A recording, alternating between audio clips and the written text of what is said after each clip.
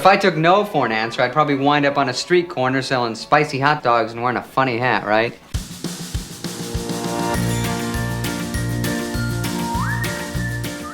Hi there, and welcome to Baseball by Design. I am SportsLogos.net minor league baseball correspondent Paul Caputo, broadcasting live, as always, from the Sunday Helmet Hall of Fame in my basement in Fort Collins, Colorado. And I am Dan Simon, recording from the Studio Simon headquarters at historic Bowman Field in beautiful Louisville, Kentucky. Dan, we were in Columbus, Georgia. You, Anna DiTomaso, and Ranger Amy and I were in Columbus, Georgia for last year's Anadanapalooza road trip. And we did not indulge in the delicacy, the Columbus-specific delicacy that is the scrambled dog. I've seen photos, and now, of course, there's an alternate identity based on scrambled dogs. How come we didn't go get scrambled dogs? Surely, as the person who created the Columbus Clingstones logo, scrambled dogs came up in those conversations, and you were aware of the existence of the scrambled dog delicacy. And my goal was to actually consume one while we were there. But if you remember, and this is, as much as I love our baseball road trips that we've now done 3 of them. This year will be the 4th. Yeah. I truly love them. But one of the things that I wish we had was more time. Indeed. Because we've done 3. Yeah. 2 of them were 2 games in basically 2 days. Right. And then last year we did 3 because we went to a major league game in Atlanta as well. Yeah. But in flying in, by the time we get like to our hotel and then to the ballpark and all of that, we've had very little time for anything but breakfast and the ball games. Like I remember in Charleston, we went out to lunch. I remember that. Like but brunch, right? Because Charleston is like the city of brunch. And also we did have time in Charleston to walk that morning that we had brunch, to walk around the, city a bit. Yeah. In Atlanta, we went to the aquarium. Yeah, we went to the aquarium, which was great. I would actually say I've been to a number of aquariums, and that one was the best one I've been to. It's the whale sharks. The whale sharks are great. Yeah, that area, that was great. And we can digress. That's not what this episode's about. Yeah. Let's pull things back. Why did we not have a scrambled dog? Because we didn't have time. We were out of time for scrambled dogs. Now that I have just spent a whole episode, which you will hear coming up here, talking about scrambled dogs, I'm regretting not having one crack at the scrambled dog. And then probably that might have been enough for a little while. It looks like it would absolutely wreck your system for a little bit. But who am I to say? Because I haven't tried it. We're going to talk about exactly what this thing is. Before we get to designer Mike Jones, Dan, who created this logo, you created the Clingstones brand, and you feature prominently in the matchmaking between designer Mike Jones, for whom this is his first minor league baseball identity, and the team with general manager Pete Lavin. You put them in touch, and it led to this beautiful marriage and this really fun logo. And everyone who has referenced you in any way in regards to this story, it just speaks glowingly about the role you played in putting everyone in touch here. So I think that's pretty cool.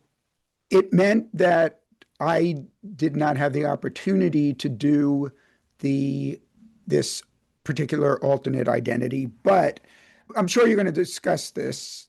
Yeah. And so I don't want to retell the story, but when Mike got in touch with me out of the blue about the idea for doing Scrambled Dogs as an alternate identity, which was something that we had already talked about.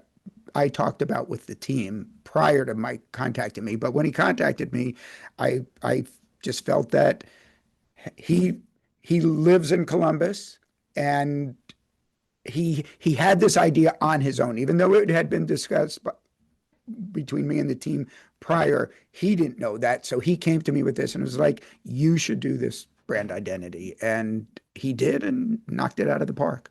Well, I'll just say, Dan, it was a really fun conversation with Mike, and it takes a lot of twists and turns. There's a lot of reasons that Mike was the perfect guy to do this.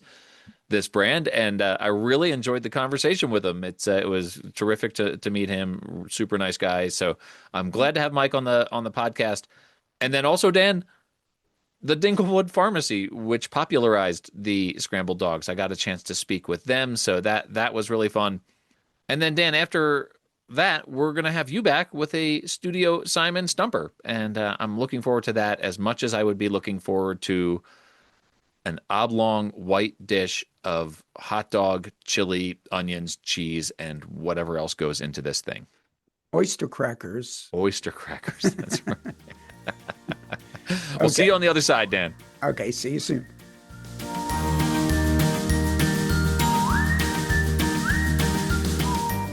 All right, everyone, welcome to the podcast. Mike Jones, who is the graphic designer responsible for this awesome Scrambled Dogs identity. Mike, good morning. How you doing? Good morning, man. How are you? I'm doing really well. I'm very pleased to be talking to you about this identity. Same. We were just chatting before we got started here. There is a lot to unpack. There's a lot of fun stuff about this brand. The first thing I wanted to ask you about was just how did you get involved with creating this brand for the Clingstones? That's a fun story. It is. It is. So I love minor league baseball identities. I think they're so fun, and I have a unhealthy hat collection.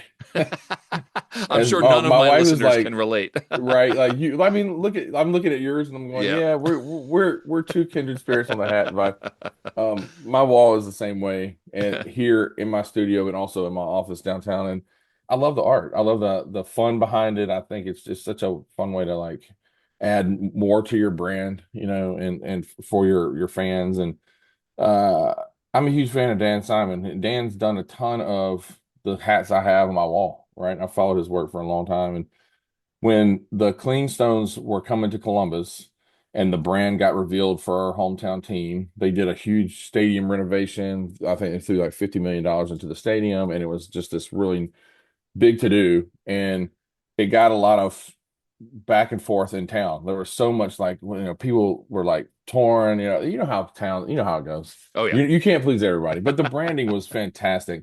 And I knew it was the stuff. And so I called him up and chatted him. I never talked to the guy before ever. And we chatted about just design and his work and how much I enjoyed it. And just a big fan I am, and all the things. Like I was fanboy. I was like, yeah, I love your stuff. And we got to talking, and he saw my work and was like, hey, I enjoy your work. And it was the normal conversation about design. Yeah. And that left it at that. And probably, I don't know, 3 weeks, month later, whatever, he calls me back up and he says, hey, Pete from the Clingstones is going to call you in about an hour, and we're going to tap you to do the theme night, for the first theme night really for this ball club. And I was like, are you serious? Like, yeah, you're from there, the thing. I heard you already had some ideas about it. And I was like, yeah, dude, I've got sketches done. I had already been thinking about like what something like that could be, down the road. And it's one of those bucket list items I always wanted to do. And he's like, well, now here's your chance. So he really mentored me through the whole process, from the sketching to like all the way down to finished product, how to set it up, to get shipped to production and that sort of thing. So it was awesome to work with him and just have that professional feedback given to me, that he's, years and years and years of experience. And so that's kind of how it came about. So in your day job, you're the brand experience lead for a company called Heyo. Correct. Obviously not doing a lot of minor league baseball branding for, in that role in your life. Was this your first minor league baseball brand? It was, yeah. So, and then for my hometown to boot, I couldn't ask for a better start to that. So I hope to do plenty more coming up, but yeah, that was the first one. Well, I, for one, am shocked to hear that Dan received a phone call and then had a long conversation with you, because that, I don't know, that doesn't sound like the Dan I know at all. So It was. I mean, he he's definitely a man of like precise words. He will let you know. But we had a great conversation that day. It was good to talk to him. Well, Dan is obviously one of my favorite people. I He's consider amazing. Dan a very good friend, and so I'm certainly glad to hear that that's how you got involved with this project. Let's pull back now and talk a little bit about the project itself. For the listener, what is Scrambled Dogs? Right? If you don't know, you don't know. Because you are from So Columbus, yes? yeah, because I'm from here, so I grew up eating this dish. But there's so I'm just gonna explain what it is. It's you just take kind of this, let's just say a long elongated butter dish looking vessel, right? And you're gonna put a hot dog bun in it. You're gonna chop up the hot dogs, one or two, it's your choice when you're ordering. And then I usually go with two, but that's just me. And then it's floated in chili. So just imagine you cover that whole thing, you fill it up, and then it's got cheese and onions and pickles and mustard and ketchup and slaw and oyster crackers. Well, I put slaw on mine. I think you should, but some people don't like the slaw. But it's basically all those things on top, and then you eat it with a spoon. And it became kind of, it was invented back early in the 1900s, and it became famous around the 1940s at a place called Dinglewood Pharmacy. Yeah. I've eaten there my whole life. It's a little tiny, hole in the wall pharmacy slash like soda fountain on one side. It's kind of split like that when you walk Sounds in. amazing. And yeah, and you just serve your, you go up and serve your own fountain drinks and pump your own syrups, and like, they've got other great things on the menu, but that's just this signature item. And every other hot dog shop has their version of that on their menu pretty much in town. Like any hot dog shop you go in is going to have a scrambled dog. I know ours does, and it's fantastic. So, but I wanted to honor, like, when I was doing the work and figuring out what that needed to look like, and that was the idea we were going with, because Dan had mentioned that him and Pete had talked about, they really like that name for going forward for the identity. And I was like, man, I've already got probably 20, 30 sketches of that already. And we kind of landed on the one that told the best story. And so when you see that mark, it literally is that boat with the hot dog coming out of it. And they had the signature pink hot dog at the restaurant. So that's why it's that color on the logo and hat and everything else. And yeah, I just wanted to show it like covered in chili, having all the fixings on top of it, holding the spoon, and just kind of giving the vibe, but also paying homage to Dinglewood's version, because that's kind of where it originated or where it became kind of widely known, if that makes sense. So I am looking, at the brand right now, and it is, like we said, it's a ton of fun. You've incorporated sort of like the visual aesthetic of that old timey diner, and you were talking Yeah, about the Dinglewood Pharmacy, right? Like, yeah, so that's you've got that sort of old timey vibe.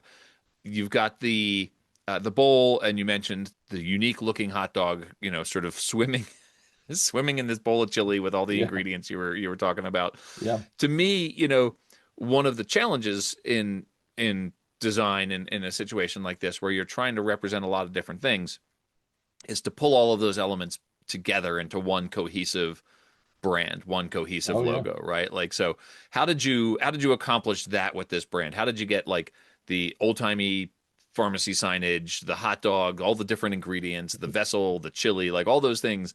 That's a lot of elements to sort of tie up in a neat little bow, and you did that here with this brand, right? Like, so it's a lot of fun, but it's also, there are a lot of layers to it. Oh, there are, and that was the beauty of working with Dan, right? Like I had an original sketch that was kind of our starting point, and he had me take a step back and he said, "Okay, look at it from the standpoint of like what's the application? Like you do with any brand mark, like what is it going on? How's it going to be used?"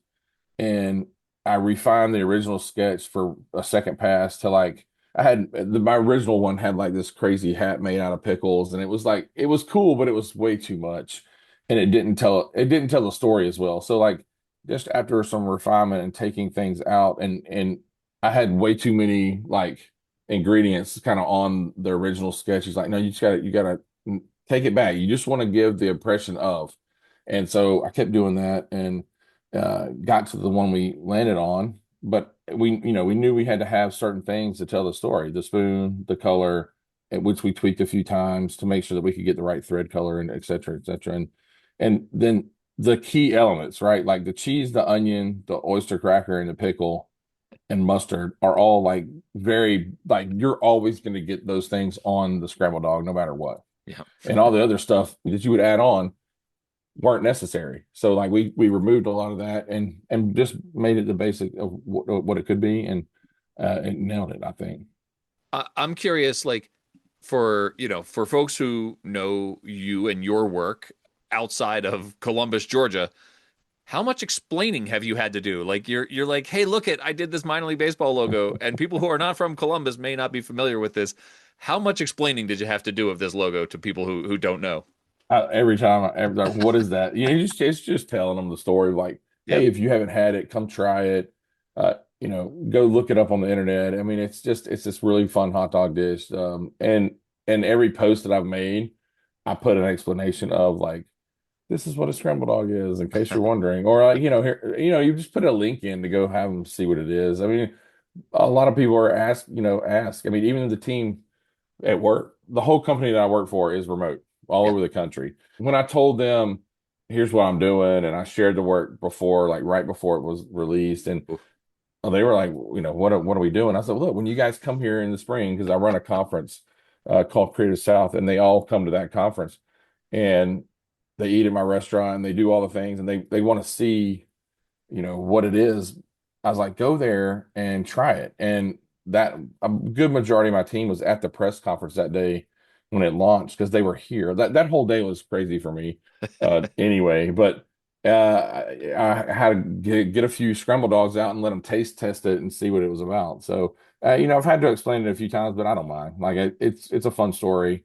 But yeah, man, the day you're not asking me, but I'm going to tell you I, anyway I want to hear it now. yeah, Yeah, you piqued my interest. that day. So I run a conference called Creative South. It is a conference for graphic designers I do every spring. This year was our year 14. And couple of about a week before the conference, Pete, the general manager of the Clingstones, calls me and said, hey, can you do a press conference on the 9th at like 3:30? And I'm like, yeah, for sure. I'll be there, whatever. He's like, cool, it's gonna be at Dinglewood Pharmacy. Yeah. Just be there a little early and we're gonna announce the brand you did and turn it live. And I've been sitting on this art since not this past February, but the February before is when I had to turn it. So like take us back a year. The art's just been had to go out for production. I've just been sitting on this and I've been so excited to share it. And the morning of the 9th, people were coming in for the conference because that's when my conference kicked off that day. And so I'm setting up at the trade center. I've got 500 people coming into town to do the conference. That morning at 4 a.m., my wife and I get a call. My daughter going into labor with our first Oh my gosh. grandchild. And so she takes off to the hospital. I'm like, all right, I got to go downtown and prep for the conference. Yeah. And so I get to the hospital about 11, 10:30, 11. She has the baby at like right before noon, and I still haven't got to see him yet. Like we're just little boy, Yeah. first grandson. Congratulations. So thank you, so excited about him. But I know I've got to get to this press conference at 3 o'clock, so I'm waiting. I still haven't seen him. I leave at 2:30, get to the press conference, have the press conference. A bunch of my buddies are there that are out of town, so like I get to share it with a ton of family and friends that are like in town for the conference, and then I leave there, go straight to the VIP dinner with all the speakers and sponsors and staff, and then we leave there and go to the bridge party that we have every year to kick off the whole event. And it was Oh just my like a goodness. whirlwind of a day, of full of like just joy and fun, and I'll never forget it. That is pretty incredible. Was this your first grandchild? It was, Oh, yep, I was going to say if it was your second grandchild, then like you could just say like, well, we already have one, but right, I've never done a minor league baseball logo. So, right. But I love it because they gave me a baseball as oh part of like a kind of a gift package of stuff that had all the logo on it. It has the logo on it. yeah. And so because he was born on the same day, I gave it to my grandson. I Oh, gave it to his parents to put away for him. And then when I'm throwing out the first pitch on May 30th, and I'm gonna have them be there to get it signed by the team and have it for him when he gets older. But it was a special day all around, man. I'll never forget it. I am trying to keep track of all the questions I have in my head because I want to talk Sure. about your hot dog restaurant, Okay. and I was going to mention this episode. We're recording right now at the end of April, Yeah. and this episode is I currently have it scheduled to go up on May 26th. Nice. So if I maintain that schedule, if all if everything falls into place the way it's supposed to in my head, this will go up 4 days before this team makes its debut. Correct. I just am now learning that you're throwing out the first pitch at this game. I am. Can you anticipate what it will feel like to see a team of double-A baseball players taking the field in logo wear that you created? No, dude, I can't put it to words. I'm so excited about it. I've also like been practicing with several people in town on throwing this pitch so I Oh yeah. don't, botch it. Um, because I heard it's not what you think until you get out there, and then it's like lights and tons of people, and then I'm not worried about crowds. I've been around them my whole life, but Sure. I want to make sure that pitch makes it to the plate. Yeah. I played Yeah. football. If you can't tell from our video, I'm a big dude, but I want to make sure it works. So been practicing on that a little bit. That's good. But I'm That's good. excited about it, man. I think it's just be wild, and I think it's be wild for like my friends that are going to be there and people that know me to just see it in real life. You know, I have been very lucky to throw the first pitch for a couple of different games over the years, that's and amazing. the thing that I will say is that practice all you want between now and then. Make sure that you actually like have the arm for it and everything. But day of, like maybe 20, 30 minutes beforehand, just get a couple throws in because if you go out there cold, that you're going to bounce it. That's I do that's. not want that to happen. Will they have you throwing from the mound? Do you know? I hope We got to I get want to Pete on make the it horn. real. You We got know, questions for Pete here. We got to get like him on hey the horn. man, like let's just make it work. Make it work. Uh, so the other thing you mentioned, and we were talking about this before we started recording here, was your restaurant. You mentioned you have a hot dog restaurant, which is Yeah. like the perfect, makes you like the even more perfect designer for this project. It is it was a wild thing. I did this brand for this hot dog spot called Frank's Alley back in 2020 when the original owner started it. And then he ended up having to move away for family and was going to sell it. And so one of my buddies from high school, Matt, and his wife and my sister Olivia came together, and Matt and I have been talking about doing something with food for 15 years. We just enjoy cooking, we enjoy fellowship, we enjoy serving other people, and it was one of those things that just worked out, and we prayed about it and thought it was a great idea and moved on it and been running it ever since. And yes, we do have our own version of the scrambled dog. And we do all beef, quarter pound hot dogs served out of dirty water and just homemade chili, homemade slaw, homemade lots of other things. And it's good, man. It's a lot of food if you eat our version of the scrambled dog. You said some words there that I understood all the individual words, but I have no idea what it actually meant. You said served out of dirty water. Yeah, it's like a spiced water. Oh, Um, it just looks dirty. I don't know. It's just as like you basically get them off the grill and throw them in this pan, and then you serve them out of there, and it just soaks up the spices. Makes for even more flavorful dog. so you're wearing a hat right now that is one of Dan's logos. Oh, for sure. From the Clingstones. Yep. I was lucky enough to go to a Clingstones game with Dan Oh man, last year. Yeah, this was before I awesome. think you guys were in touch. I think so. Yeah, yeah, yeah. So that it was fun to be there. If I had known to try the scrambled dog, we would have made our way to the Dinglewood Pharmacy. We would have made this happen, or we Next would have made. time. What's the name of your restaurant? It's called Frank's Alley. Frank's Alley. We would have made our way to Yeah. Frank's Alley to try your dirty water Yeah, scrambled dog. right All of on. these words that I'm saying right now, Yeah. like they do make sense in my head, but Come try it, man. I mean, if you're ever back in town for another yeah, game, love to have you. It literally was an alley that was turned into a restaurant. So it's only like it's less than 12 feet wide. The restaurant is a super long, narrow building yeah. and it's super fun. So yeah, come by. We'd love to feed you.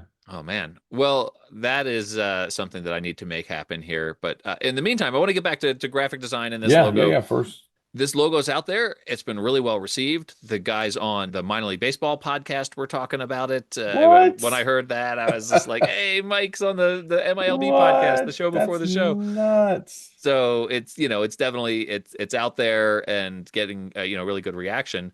I'm curious if this is starting you on the path to more minor league baseball work. I hope. I Yeah. mean, I would love to do it. It's just so fun. I think for me, the biggest kick is when you finally get it back and it's on the hat. Especially since, like me and you were talking about, like we collect hats. To have it, to see that Yeah. and like hold it and then be able to wear it and like just know that like it's on an official hat. Like to me, it's a big deal. So I would love to do more of it. It's such a fun time to tell a story about, if it's a certain food item from that area or if it's a historical thing or something that ties back into the history of the town. I think there's so much history on everyone's towns that they can pull from to make these cool marks. So I'd love to do more of it. Yeah. Well, we know that Columbus will surely be doing more alternate identities, and you're in a part of the world that has a lot of minor league baseball around it there too. So Yeah. it's Oh yeah. yeah, absolutely. Well, Mike, I always do this. I kept you longer than I said I was going to, but like I said, there's so many things to unpack about this logo. It's so much fun. I'm gonna need you to let's just post all the heck over social media when you get out there for that first pitch because I think the world needs to see how that goes. I will say that I'm gonna have a buddy of mine near me out there taking some special photos Yeah, because I'm gonna turn my son and I collect baseball cards and Pokemon and all kinds of stuff. yeah. I'm gonna take whatever shot is best and I'm gonna turn it into a one of one that I'm gonna have put into like I'm gonna have it slabbed up for my personal collection just for fun. Yeah. So it'll have like some stupid stats on the back and like whatever, just to make a card out of it. Why not? I mean, I'm a designer. I might as well have fun with it being Yeah. on the mound. And I don't know. I want to, it'll be a fun day. I'm gonna have a lot Yeah. of family and friends in the stands. I have and it's behind me here. I can't reach it because I'm Yeah, tethered to the computer right now, but I for did sure. something similar when I threw out the first pitch at an Idaho Falls Chuckers game in Idaho. Let's So go. That's awesome, man. Send me a picture of it if you think about I will. I will. I will. it. Yeah. In the meantime, Mike, where can people find you? Where can people find the work that you're doing? Maybe your restaurant, anywhere where you want to send people. For sure. So most of my stuff is Instagram or all my social media pretty much is at bucket826. Just like it sounds, Okay. Bucket 826. Yeah, if you're ever in town, you want to eat at our restaurant, it's Frank's Alley. It's on Broadway, you can't miss it. It's on the 1200 block. That's really it. Would you recommend people going to Frank's Alley and Dinglewood Pharmacy in the same day? It sounds a little dangerous. I say go for it. Let's see what you think. Like give us your honest opinion. I mean, I'm not whether you keep this or not, but we did get voted best scrambled dog in the city over Dinglewood this year. So, Hey, I mean, listen, results are results. facts. So just try it for yourself. They're both good. They're both different. Very They're good. both Well, places you should visit. we will have to see if my insides could take that. But in the meantime, Mike, this has been a ton of fun. Yes, sir. Congratulations. Thank you And so much. look forward to chatting with you again, possibly over a dish of scrambled dogs at Frank's Alley. My treat, brother. Come Ah, hang. We'll love to have you. we're going to make it happen. Yes, Thank you, sir. Mike. Thank you.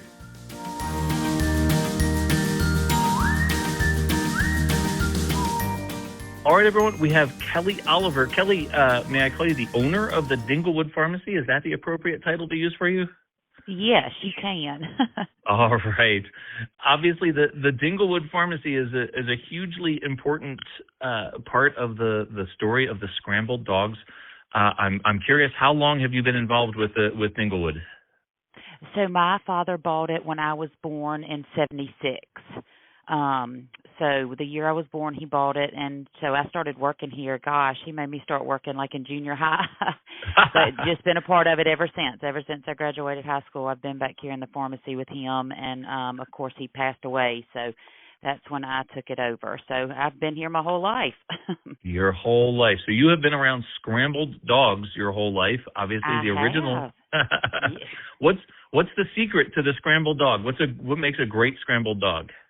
I think honestly, it really has to do with the chili, and we make our chili homemade in here every day. It's not from a can; it's homemade, and we make it fresh every day. And I think that just plays a huge part of it. Also, the celery dishes that we serve it in here in the restaurant, that really makes a difference too, in my opinion. Yeah. I've never had a Scrambled Dog before. If I were to come into the pharmacy, what should I expect? So you come in, if you order a scrambled dog, it is a weenie and bun cut up in a celery dish with chili over it. But you can get cheese, pickles, onions, oyster crackers. People put jalapenos, slaw. We have coleslaw that people put on it. Some people add mayonnaise to it. I mean, it's an endless opportunity of what you can get on it. But a normal one, and then you put the crackers on it, and you just eat it with a spoon and put hot sauce and mustard and ketchup on top of it. It's really good. It sounds amazing, and I'm sorry to say that I was in Columbus last year and didn't know about the Scrambled Dog to try it. How did this dish come to be associated with Columbus and with Dinglewood? So the pharmacy, when it opened back in 1918, there was a gentleman that made them, and there was a man that when my dad purchased it was Lieutenant Stevens, and he had taken it over and was doing the Scrambled Dogs, but of course he's passed away too. But it's just something that's been going for that many years. They just started it a long time ago. Just started chili dogs and turned into the scrambled dog. So you've been around it your whole life. How often do you have the scrambled dog in the course of a week? Well, I'd say, okay, it's honestly probably now once a week. Growing up Okay. a lot more than that, but the older I've gotten, so. But probably once a week. I don't get tired of them. But yeah, we eat them probably once a week. Everybody that works here, we probably eat over there at least once a week. And have you seen that the Clingstones are doing this alternate identity with the scrambled dogs? Yes, we have. We think it's great. It's absolutely great. How did Mike Jones, the designer, do representing what a character of a scrambled dog would look like? He did a great job. He really did. I love the jerseys. I think they're amazing with the chili and we use the weenie that we use in the scrambled dog is hot pink. Okay. And so the hot pink weenies on the jerseys and the chili and all that, I think it's perfect. He did a great job, and the hats they're really cool too. He did really good. Well, I can't wait to get back to Columbus and try the scrambled dogs. I know that you all are busy, so I can I will let you go. But I really appreciate you taking a moment to speak with me. If people are coming to Columbus and they wanted to try the scrambled dog, or if they wanted to check out the Dinglewood Pharmacy online, how would people find you? So we are on Facebook and Instagram under Dinglewood Pharmacy and Gifts. And we are open. The soda fountain is open Monday through Saturday.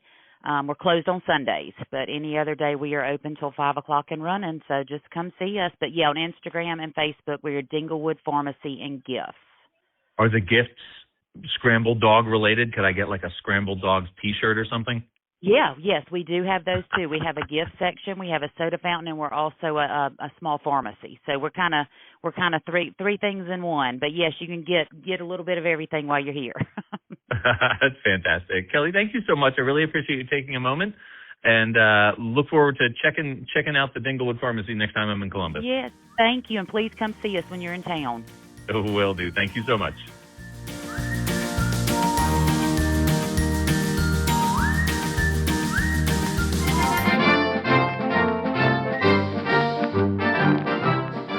Deep within the recesses of his secret headquarters, somewhere in Louisville, Kentucky, sits Dan Simon. By day, Dan is the owner of Studio Simon, but by night, he tries to stump one Paul Caputo. This is Studio Simon Stumper.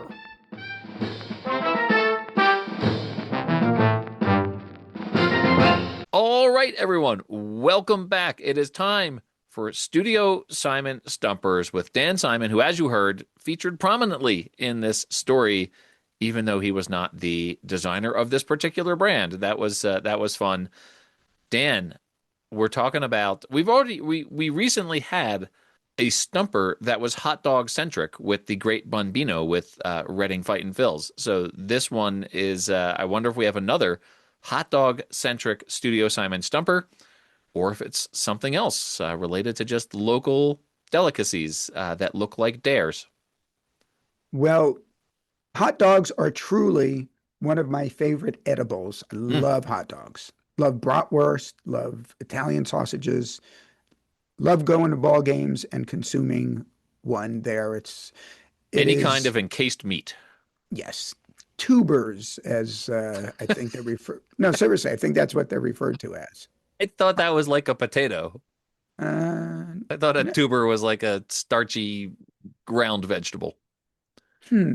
I thought it was, well, I am often wrong about many things, so maybe I'm wrong about I'm not this even going to look it up. Let's just leave it out there and see what happens. Okay. So obviously hot dogs play a big part in the ingredients of scrambled dogs. And obviously hot dogs are a ballpark food staple. So our Studio Simon Stumper today asks, which of these minor league baseball clubs did not also do an alternate identity involving a hot dog? Okay, two truths and a lie. Yeah. Was it the Bowling Green Hot Rods? Was it the Reading Fighting Phils? Or was it the Hartford Yard Goats? Two of these teams did do an alternate identity involving a hot dog. One did not. So I just said it right out loud. We had the Great Bunbino from Reading. So they had the baseball town Great Bunbino, but then they also just did one that was like the Reading hot dogs, right? Like they were the Reading hot dogs. The Bowling Green hot rods would make a lot of sense because they could be the Bowling Green hot dogs rather than the hot rods. I'm trying to picture the Hartford Yard Goats, whether they've had a hot dog, because the Hartford Yard Goats have done a lot of alternate identities. And at first I thought I had it. At first I thought it's definitely the Hartford Yard Goats did one because I can picture like what it turns out I'm picturing is their Bouncing Pickles one. So Bowling Green hot rods would make a lot of sense, but Hartford Yard Goats I feel like have done maybe more alternate identities, and there's likely to be one that they did. So I'm going to say, Dan, that Reading and Hartford did hot dog brands and Bowling Green did not. Not confident in my answer. And there's a reason you should not be confident in your answer, because you should have gone with your reasoning of it making sense for the Bowling Green hot rods, because in addition to the Reading Fighting Phils doing the Reading hot dogs, the Bowling Green hot rods did the Bowling Green hot dogs, not the Hartford Yard Goats. And other teams that have done encased meat involved alternate identities, the Frisco Corny Dogs, the Pawtucket Hot Wieners, the Rochester White Hots. It's a type of sausage. Yeah. And of course, you'll know this one, the Wisconsin Brats. Yeah. What about that's the Timber Rattlers, by the way. The Portland Sea Dogs did like a bean suppas that had like a hot dog in it. Oh, well, there you go. There's another one. This was not an exhaustive list necessarily. Right. There might be some other ones out there. But that bean suppas is kind of akin to this Scrambled Dogs identity, sort of like a whole mess of stuff. Yeah, Dan, I should have let my sussing lead the way. I just had it in my head that Hartford has done so many alternates that I just like missed one along the way. So what are you going to do, Dan? Like I said, you can't win them all. That's what I said last week. And we're going to say it again. There's always next week. So I'll see you then. I'm telling you, I'm streaky with these, Dan. They tend to come and go in waves. Yeah, you're like Giancarlo Stanton. You're either killing it or striking out. You know, so many people have said that I am the Giancarlo Stanton of minor league baseball podcasts. I've heard many people refer to you as that. So sure. Dan, we'll see you next week. See you. Bye.